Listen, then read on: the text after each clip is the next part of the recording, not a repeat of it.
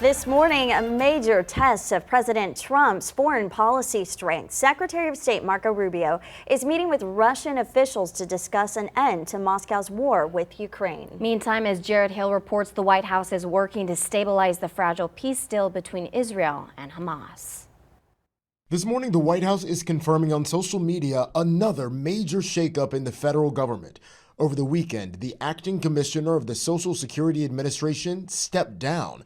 President Donald Trump has already nominated his replacement. The head of advocacy group Social Security Works told CBS News there had been clashes when members of the Department of Government Efficiency, or DOGE, tried to gain access to the Social Security Administration's main database. This as President's Day protests erupted from D.C. to Dallas, with many questioning the strategy of DOGE. There are things that do need to be cut. There is waste, but it needs to be done in a manner that Congress is involved in. Overnight, a major move for Trump-era foreign policy, as U.S. Secretary of State Marco Rubio met with Russia's Foreign Minister Sergei Lavrov.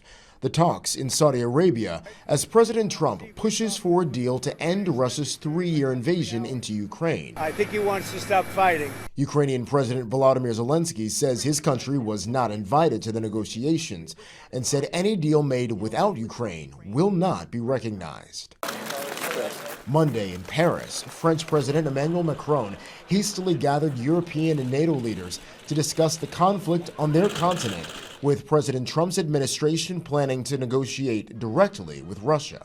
Jared Hill, CBS News. Earlier this month, President Donald Trump upended U.S. policy toward Ukraine and Russia by saying he had agreed to begin negotiations with Vladimir Putin on ending the war. The president is also scheduled to meet with the British Prime Minister in Washington next week.